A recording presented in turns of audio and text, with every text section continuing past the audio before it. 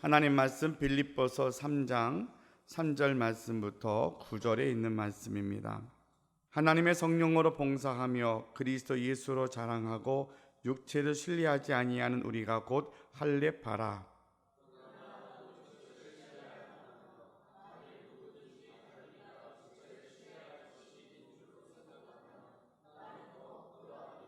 나는 8일 만에 할례를 받고 이스라엘 족속이요 베냐민 지파요 히브리인 중에 히브리인이요 율법으로는 바리새인이요.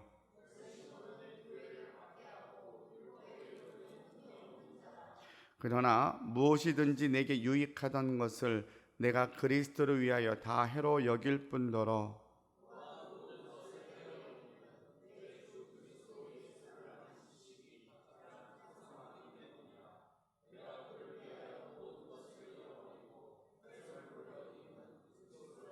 함께 있습니다. 그 안에서 발견되려 함이니 내가 가진 의는 율법에서 나는 것이 아니요 오직 그리스도를 믿음으로 말미암은 것이니 곧 믿음으로 하나님께로부터 난 의라. 아멘. 사울이었던 사람, 유대인이었고 또 그가 말한 것처럼 8일 만에 할례를 받고 그리고 이스라엘 족속이고 베냐민 지파고 히브리인 중에 히브리인이고 율법으로서는 바리새인, 그리고 열심으로는 교회를 박해하고 율법의 의로는 흠이 없었던 사울. 이 사울이 어느 날 예수님 믿는 사람들이 다메섹에 모여 있다라는 이야기를 듣고 그들을 가서 붙잡아다가 옥에 가두려고 이제 특명을 받고 다메섹에 가다가 예수님을 만납니다. 자신의 모습을 예수님 믿고 난 이후에 빌립보 교회 편지를 보낸 이 편지 가운데 자신을 이렇게 소개한 겁니다. 예수님 믿기 이전의 사울, 바울 되기 이전의 사울은 그 당시에는 굉장한 기득권 그리고 굉장히 학식적인 것이나 자신의 모든 조건을 다 갖췄던 그런 사람입니다. 그런데 뭔가 한 가지가 부족함이 있었던 것 같아요. 그게 정상적일 수밖에 없는 게 우리가 성경을 구약부터 쭉 읽어나가게 되면 구약의 주제는 오실 메시아에 대한 주제, 신약에서 사복음서는 오신 메시아에 대한 말씀, 그리고 요한계시록은 다시 오실 메시아에 대한 말씀이라고 이야기합니다. 그러니까 약 2000년 전에 사울은 율법학자였고 바리새인이었고 성경 박사였거든요. 구약에 있는 말씀을 열심히 연구하니까 메시아가 오신다 그러더라. 그런데 그 당시 이스라엘 역사로 보게 되면 하나님께서 침묵하셨던 시기였다라고 많은 학자들이 말합니다. 그러니까 남유다, 북이스라엘이 먼저 망하고 그 뒤에 남유다가 망한 이후에 이스라엘 백성들이 포로 생활을 합니다. 그리고 다시 예루살렘에 돌아와서 이제 예루살렘을 재건을 하고 다시 나라를 만들어 세워가고 있었지만 여전히 이제 그 당시에 로마의 통치를 받고 있었던 그런 상황. 하나님의 선지자가 나오지 않아서 하나님 말씀이 들려지지 않고 성경은 끊임없이 메시아가 온다고 하는데 메시아가 올 만한 상황은 보이지 않고 나라는 빼앗겨서 백성들이 살아가는데 너무나 가난과 질병으로 어려움 겪고 있었던 그에게 그 시대적 상황에서 그가 갖출 수 있었던 최상의 조건과 모든 것을 갖추었지만 분명히 그 안에는 메시아에 대한 열망, 구원자에 대한 열망이 있었을 것이라는 것을 우리가 미루어 생각해 볼 수가 있었습니다. 어떻게 보면 그 당시 신흥 종교와 같이 예수님을 따랐던 자들이 예수님의 보화를 증거하는 것을 보면서 정말 저 예수가 메시아가 맞을까? 라는 생각도 있었을 것 같아요. 그러나 그런 확신이 없었기 때문에 저 메시아는 가짜라 그래. 대제사장이나 모든 사람들이 그 예수를 신성모독죄로 십자가에 못 박아 죽였기 때문에 저 예수를 따르는 사람들은 거짓된 사람들이야. 이러한 논리를 가지고 예수 믿는 사람들을 붙잡아 가려고 다메섹으로 달려갑니다.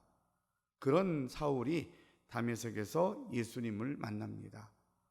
강권적으로 예수님을 만나 주신 거죠, 예수님이. 그래서 사울아 사울아 부르니까 사울이 깜짝 놀라서 누구이십니까? 라고 여쭈어 봤더니 예수님이 그렇게 대답합니다.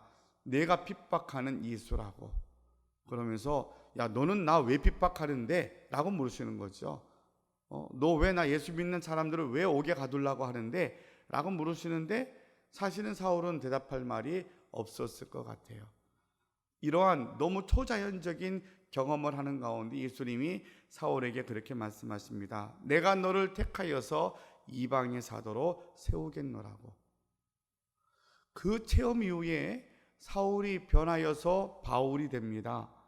그러니까 철저한 유대주의자였고 율법파역자였던 그가 담에색에서 환상 중에 예수님의 음성을 듣고 예수님 만난 이후에 아, 이분이 메시아구나, 이분이 진정한 진리이고 이분이 나에게 생명을 주신 분이구나 라는 것을 확신하고 난 이후에 그의 삶이 180도 달라집니다.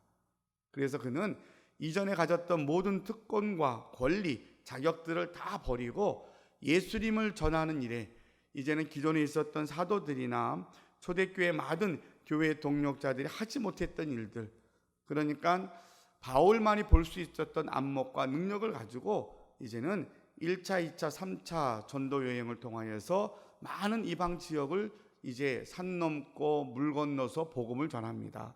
가는 데마다 교회를 세웁니다. 여러분이 주목할 만한 것이 사울이 기도하니까 병든 자도 나았고요, 많은 병자도 나았고요, 기적이 많이 일어납니다. 그러면 바울이 복음을 들고 갈 때마다 늘 데려가 있었고 편안했느냐? 성경은 그렇게 증거하지 않습니다. 바울은 복음을 증거하다가 40에 하나 감한 매를 수도 없이 맞습니다. 40에 하나 감한 매라는 것은 39대를 뜻하는 게 아니라 죽기 직전까지 때리는 거거든요. 죽으면 안 되니까, 죽이면 안 되니까 그렇게 매를 맞으면서 옥에 갇히고 복음을 전하고 억울하게 풀려나고 선한 일을 했는데 또 그것 때문에 옥에 갇히고 이런 일을 계속 병행하면서 그는 끝없이 마지막 자신이 가야 될 것이 땅끝인 줄 알고 그것을 로마라고 생각하여서 마지막에 로마에서 복음을 전하다가 그곳에서 순교를 합니다. 이것이 바울의 인생입니다. 오늘 우리가 함께 교독한 빌립보서는 사도 바울이 그렇게 예수님을 만나고 난 이후에 복음을 증거하다가 감옥에 갇혔습니다. 그리고 감옥에서 매도 맞고 고문도 당하고 어려움 당하고 있는 중에 바울이 개척했던 많은 교회들에서 소식이 옵니다. 그랬더니 1차, 2차, 3차 전도 여행을 통하여서 많은 교회를 세웠거든요.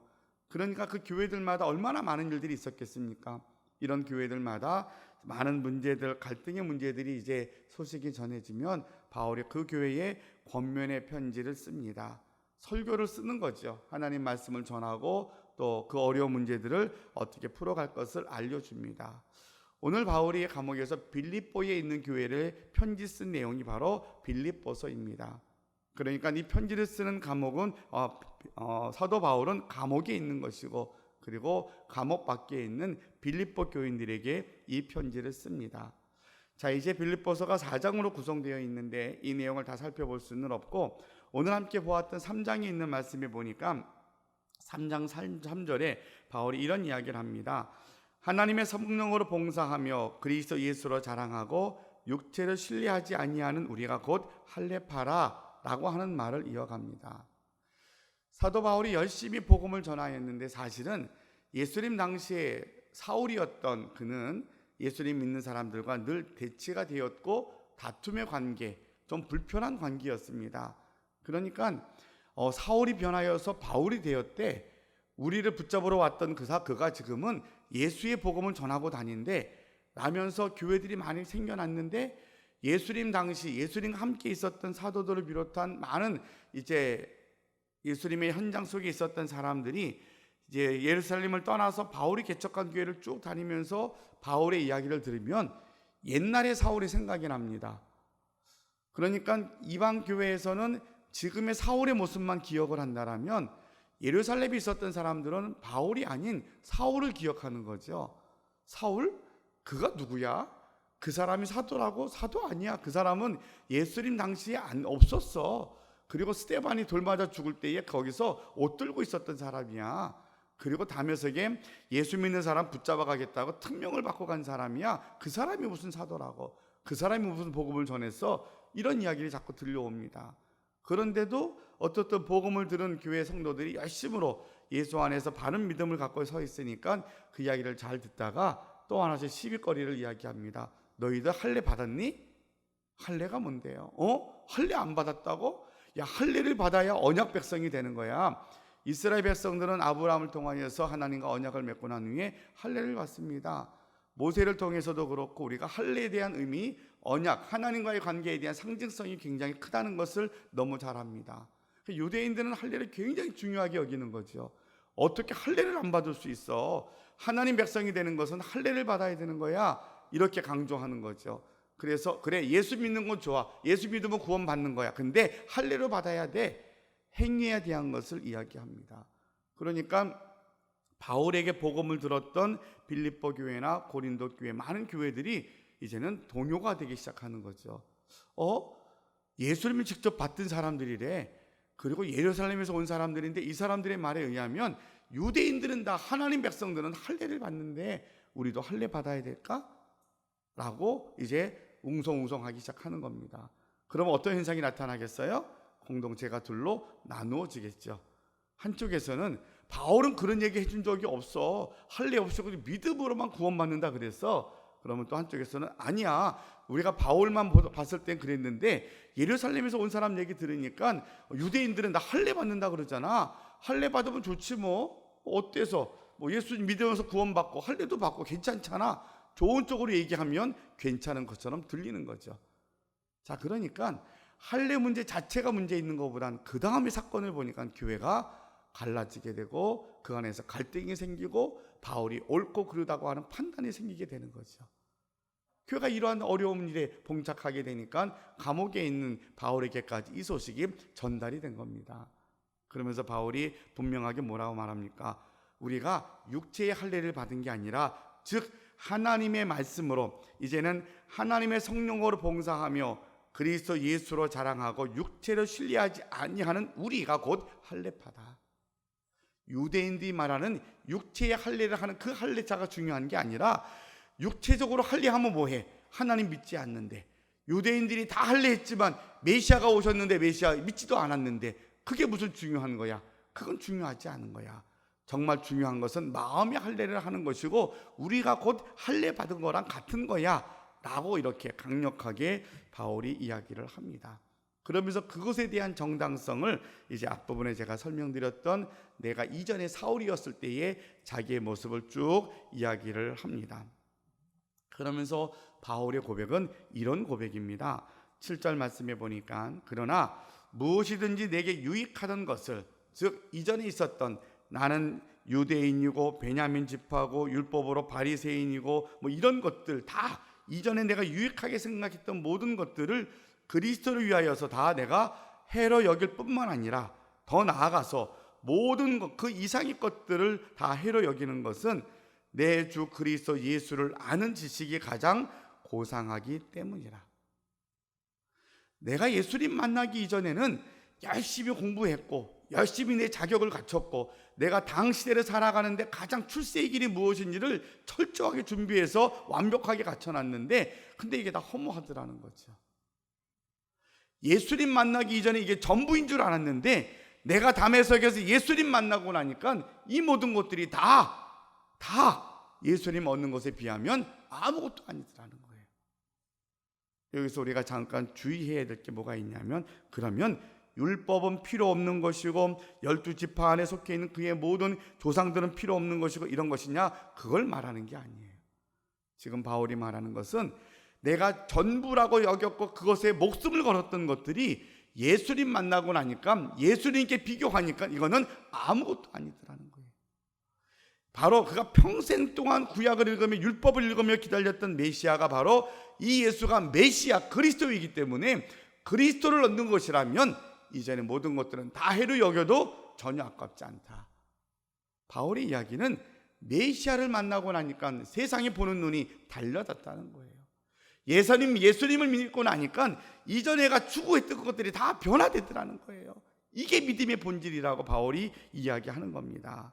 그러면서 한 걸음 더 나아가서 이야기를 합니다. 또한 모든 것을 해로 여김은 내 주 그리스도를 아는 지식이 가장 고상하기 때문이라. 내가 그를 위하여 모든 것을 잃어버리고 배설물로 여김은 그리스도를 얻고 그 안에서 발견되려 함이라 라고 이야기합니다. 이제 내가 이전의 것들 다 가치가 있는 것이지만 예수님이 훨씬 더 귀중하신 분이야, 그분 만나고 나니까 이건 아무것도 아니야 라고 생각했는데, 이제는 이것까지도 내가 다 잃어버리고 배설물처럼 정말로 그렇게 값없이 내가 생각하더라도 내가 얻고자 하는 것은 그리스도를 얻는 것과 그 안에서 내가 발견되려 하는데, 이 내용이 뭐냐는 거예요. 이게 오늘의 설교의 주제입니다. 이 내용이 그것은 오직 그리스도를 믿음으로 말미암은 것이니 곧 믿음으로 하나님께로서 난 의라라고 말합니다. 사도 바울이 예수님을 만나고 난 이후에 그가 이전에 있었던 모든 것을 다 이제는 그건 별것도 아니야 도리어 잃어버리고 배설물로 여길 수 있었던 것은 뭐냐면 내가 그리스도를 얻고 그 안에서 발견되려고 하는 것인데, 이건 무엇을 뜻하는 것이냐면 오직 그리스도를 믿음으로 할례를 행하는 것, 율법을 행하는 것, 사람들한테 선을 행하는 것, 그것이 아니라 예수가 그리스도라고 믿는 그 믿음으로 말미암아 하나님께로부터 난 의 구원이라고 분명하게 이야기를 합니다. 10월 달에 말씀 대축제를 합니다. 왜냐하면 10월 31일이 종교개혁 기념일이기 때문입니다. 그래서 10월 마지막 주일을 저희들이 이제 말씀 대축제라고 해서 다음 주일에 성경 퀴즈 대회를 할 것이고, 우리가 여러분 열심히 성경 읽고 계시리라고 믿습니다. 성경을 열심히 읽고 우리가 월초에 창세기를 중심해서 성경을 공부했습니다. 그 내용을 가지고 저희가 다음 주일에 이제 종교개혁 기념주일이라고 주일을 지키면서 오후 시간에 성경 퀴즈 대회를 하면서 말씀을 조금 더 즐겁게 배우는 시간을 가지려고 합니다.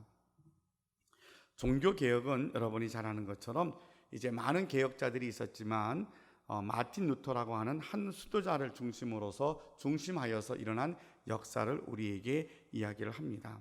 루터는 수도사였습니다. 그래서 아마도 사울처럼 성경을 열심히 연구합니다.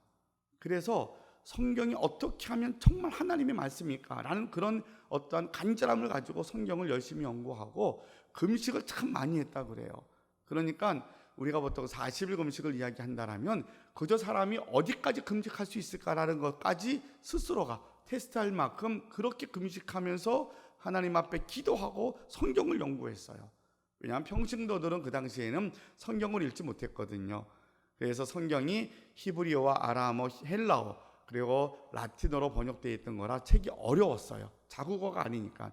그러니까 수도사들이나 성경을 연구하는 사람들만 성경을 볼 수 있었던 그런 시대였으니까, 루터는 이제 수도사니까 이제 성경을 열심히 읽고 어떻든 하나님을 만나려고 몸부림쳤던 거죠.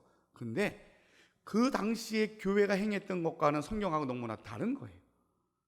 성도들은 성경을 잘 모르니까 교회가 알려주는 대로만 교회 와서 미사를 드리고 면죄부를 사고 그러면서 자유롭게 사는 것 같은데, 루터가 성경을 보니까 우리가 죄사함 받는 게 돈을 주고 면죄부를 사서 죄사함 받는 것, 이런 거 성경에 나와 있지 않는 거예요. 구원을 받는데 돈을 주고 산다고? 이거는 성경에 단 한 것도 나와 있지 않는 것이에요. 근데 이게 어떻게 가능했느냐? 이제 루터가 종교개혁할 당시의 교회는 66권의 성경의 권위보다 교회의 권위가 위에 있었거든요. 뭐 지금도 마찬가지지만, 그러니까 교회가 정하면 성경이 없지만 이것이 유용하고 가능했더라는 거예요.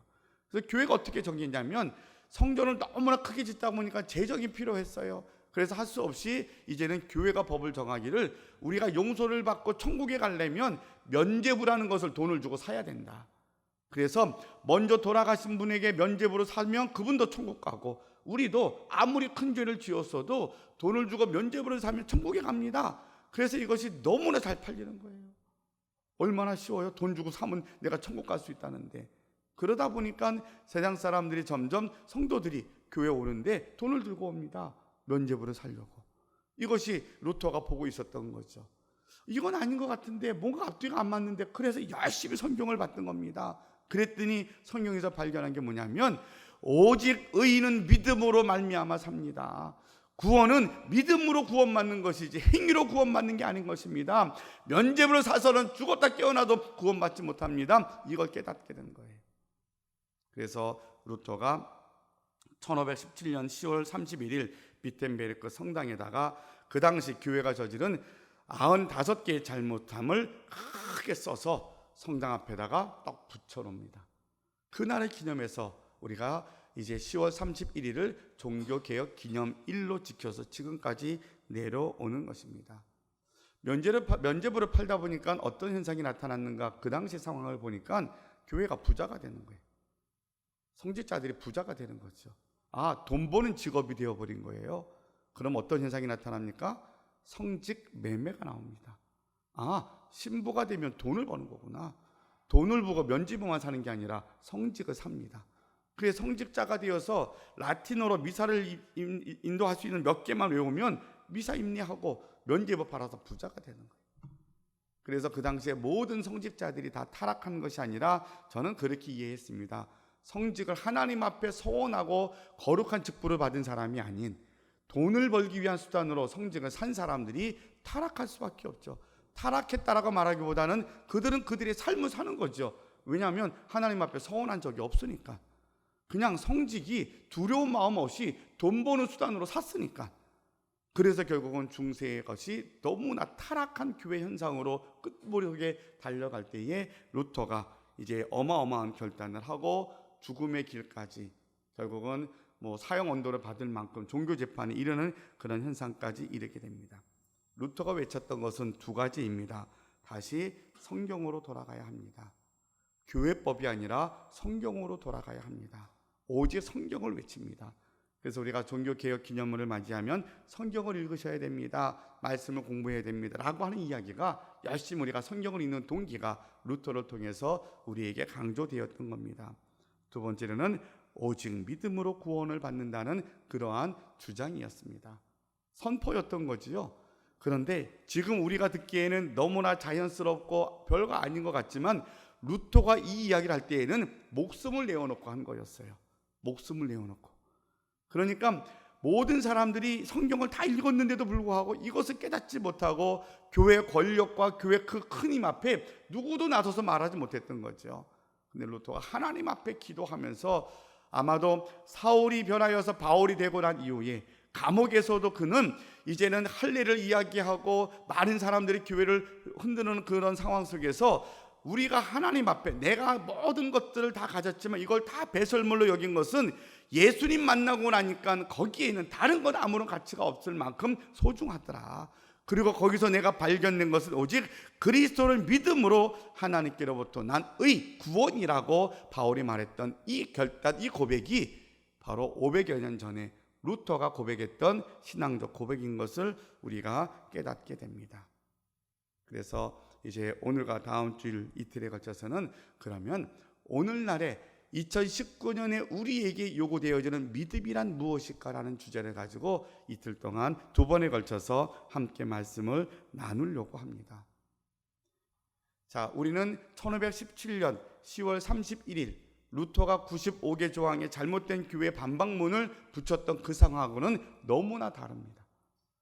지금의 우리 교회는 개혁교회입니다. 개혁교회라는 것은 루터의 종교개혁을 기념하여서 프로테스탄트라고 하는 이름을 붙여서 이제는 다시 성경으로 돌아간 교회, 초대교회로 돌아갔다는 말보다는 다시 성경으로 돌아가고 행위가 아닌 면죄부로 사는 게 아닌 오직 믿음으로만 구원받습니다 라는 것을 붙잡고 세워진 교회가 지금의 교회입니다. 처음 이 복음이 전파될 때에는 너무 신기했고요.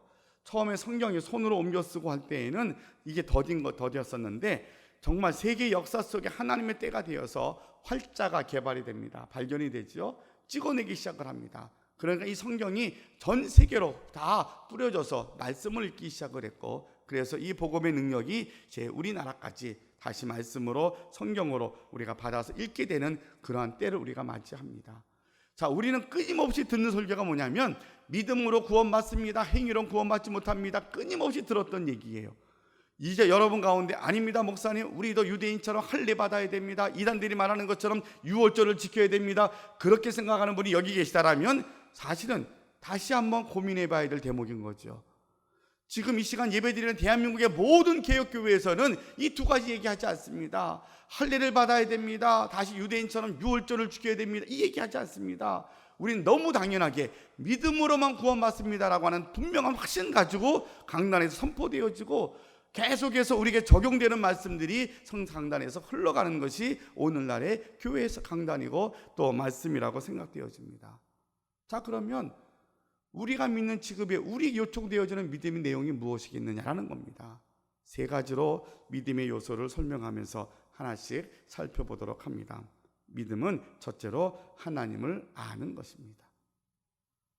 1대1을 공부하다 보면 신론에 대한 부분, 하나님에 대한 이야기가 나옵니다. 그래서 우리는 저등 종교, 굳이 그렇게 이야기하면 이제 샤머니즘이나 토속 종교, 우리 그런 종교랑 다른 게 우리 기독교는 믿음의 대상이 있습니다. 교회를 다닙니다. 예수님 믿습니다. 우리가 예배를 드립니다 할 때에는 우리의 예배를 받으시는 하나님이 계십니다. 우리는 하나님이라고 당연히 부르죠. 믿음의 첫 번째는 우리가 예배하는 그 하나님을 아는 것입니다. 그래서 우리가 잘 아는 것처럼 이제 힘써 여호와를 알자라고 호세아 6장 3절에 보니까 그러므로 우리가 여호와를 알자, 힘써 여호와를 알자. 그의 나타나심은 새벽빛같이 어김없나니 비와 같이 땅을 적시는 늦은 비와 같이 우리에게 임하신지라 하니라라고 말씀하고 계십니다. 힘써 여호와를 아는 것이 믿음입니다. 우리가 큐티를 하려고 이제 내년부터는 이제 계속 큐티를 강의를 듣고 조금씩 적용해 나갈 겁니다. 여러분, 큐티에 대한 책이 서점에 가면 되게 많습니다. 근데 대부분의 큐티 책의 물음이 뭐냐면 오늘의 본문을 통해서 내가 만난 하나님이 누구이신가를 알아가는 거예요. 그러니까 어떨 때는 한 사건, 역사, 비유, 기적 다 이런 게 있는데 이걸 통해서 하나님이 누구이시냐를 우리가 만나자는 거죠. 그러니까 우리 신앙의 가장 중요한 본질은 매일 묵상하면서 하나님을 만나고 나를 만나주신 하나님이 누구인가를 알아가는 거예요. 우리가 배워서 이제는 하나님에 대한 지식을 쌓아갑니다. 이 쌓아가는 지식들이 성경을 통해서 설교를 듣다가 그래, 하나님은 이런 분이구나 하는 것들을 계속 알아가는 것. 하나님을 더 많이 알아가면 알아갈수록 우리 은혜가 더 커진다는 사실들을 여러분 꼭 잊지 마시기를 바랍니다. 하나님? 그냥 그런가 보다. 우리가 예배 드리고 흔히 우리가 미신이나 아니면 그 토속 종교처럼 큰 바위나 나무 앞에서 제사 지내고 기도 비는 것처럼 그런가 보다, 하나의 대상인가 보다 생각하면 그 은혜가 그렇게 받게 되지 않아요. 그런데 우리가 믿음을 배울 때 그렇게 배우잖아요. 세상에 그 많은 사람 가운데 우린 죄악 중에 죄인 중에 괴수인데 그 하나님이 우리를 지명하여서 너는 내 거라고 부르셨다는 거예요. 우리가 그래서 구원받았고 그래서 천국 백성 되었습니다. 이런 고백을 많이 합니다. 자, 세상에 그 많은 잘난 사람들, 똑똑한 사람들, 유능한 사람이 그렇게 많은데 근데 하나님이 나를 지명해서 택하셨대. 근데 그 하나님이 알아갈수록 대단한 분이네. 이 하나님이 우리가 아는 어설픈 부자도 아니고 이 하나님이 의술이 좋은 분도 아니고 거기에 머물러 있는 것이 아니라 이 하나님이 창조주 하나님이시래. 무에서 유를 창조하셨다 그래.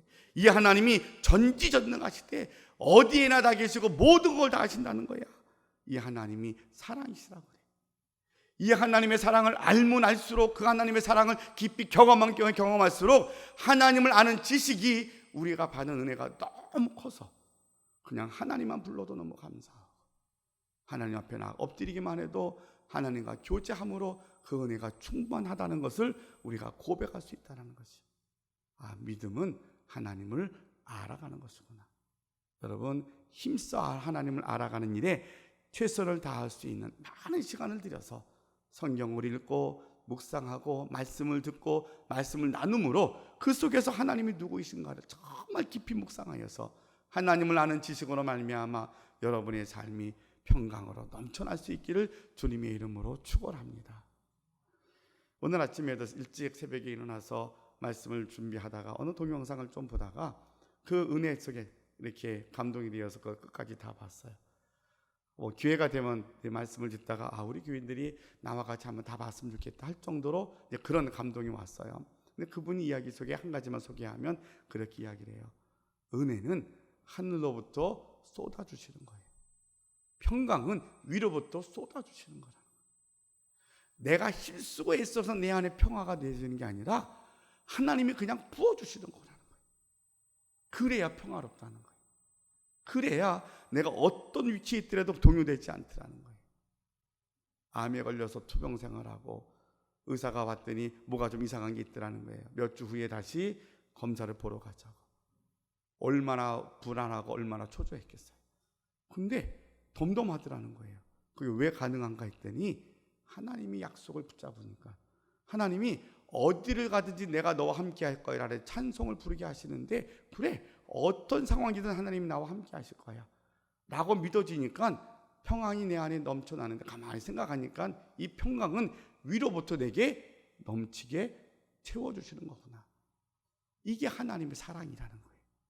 믿음은 하나님을 알아감으로 이 하나님의 사랑을 우리 안에 넘치도록 매 순간 받는 것, 이게 믿음이구나 하는 것을 우리가 깨달을 수 있어야 됩니다.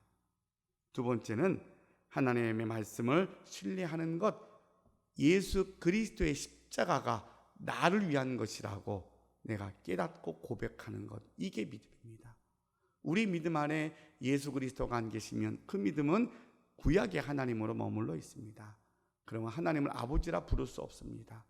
우리가 하나님을 아버지라 부를 수 있는 것은 예수 그리스도의 십자가의 보혈의 능력을 믿기 때문에, 이 믿음 때문에 허락된 것이 하나님을 아버지라 부를 수 있는 특권이 주어졌다라고 예수님이 말씀하셨기 때문에 예수님 믿음으로 얻어지는 복이라는 거예요.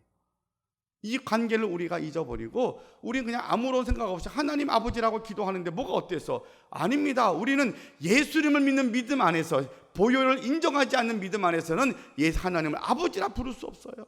구약의 하나님에 머물러 있으면 그 하나님은 두려움의 하나님이에요. 어떻게 하나님을 봅니까? 하나님 만나면 다 죽었다고 그랬는데, 근데 예수님이 십자가에서 죽으실 때에 과거와 현재와 모든 죄를 다 담당하시고 십자가에서 죽으셨기 때문에, 십자가에서 죽으심으로 죄를 다 해결하셨기 때문에 성전의 휘장이 찢어짐으로 하나님께 나아갈 수 있는 특권을 우리에게 주신 거예요. 그러니까 십자가의 은혜가 무엇이냐? 십자가의 은혜가 내가 죄사함 받은 겁니다. 천국 가는 겁니다. 구원받는 겁니다. 더 큰 은혜가 무엇이냐? 하나님을 아버지라 부를 수 있는 특권을 우리에게 주셨다라고 우리에게 말씀하시는 겁니다. 이게 믿음의 두 번째 내용이라는 거예요. 우리의 믿음은 예수님을 나의 구주로 영접하고 예수님이 나의 죄 때문에 십자가에서 죽으셨습니다라고 선언할 수 있을 때에 이것이 우리의 믿음이 됩니다. 세 번째로 믿음은 바로 하나님 말씀에 순종하는 겁니다. 다음 주일은 이 순종에 대한 주제를 가지고 더 깊이 묵상해 보려고 합니다. 오늘날의 믿음이 무엇일까? 오늘날의 믿음은 순종입니다. 앞에 있는 내용들 우리가 그동안 끊임없이 설교로 다 들었던 내용들이에요. 그것을 사모하며 살아가요. 자, 그러면 또 한 가지 우리에게 주시는 하나님의 은혜가 무엇일까? 그것은 바로 하나님 말씀을 들은 대로 순종하라고 말씀하십니다. 요한복음 14장 15절 보니까 너희가 나를 사랑하면 나의 계명을 지키라. 새 계명을 너희에게 주노니 서로 사랑하라. 내가 너희를 사랑한 것 같이 너희도 서로 사랑하라. 너희가 서로 사랑하면 이로써 모든 사람이 너희가 내 제자인 줄 알리라. 믿음은 순종입니다. 그래서 하나님 말씀을 듣고 예수님이 말씀의 가르침을 우리가 명심하여서 잘 듣고 난 이후에 이 말씀에 순종할 때에 하나님께서 그 순종 속에 우리의 더 큰 능력을 허락해 주실 줄로 믿습니다. 박클레이 목사님이 부흥회를 하고 났더니 한 부인이 눈물을 흘리면서 고백을 합니다. 목사님, 은혜를 참 많이 받았습니다. 이렇게 간증을 하시는 거예요. 이 간증을 듣고 난 후에 이 목사님이 이렇게 또 한번 대답해 주며 물었습니다. 참 보기 좋습니다. 그런데 집사님, 은혜 받고 난 후에 집사님의 행동에는 어떤 면이 달라졌습니까? 은혜 받은 후에 부인께서는 가정에서 친절하게 어진 분이라고 인정받고 계십니까? 이웃에게 칭찬듣는 삶을 살고 계십니까? 라고 물었어요. 그랬더니 이 집사님 조금 고개를 숙이며 머쓱해서 그 자리를 떴다 그러더라고요.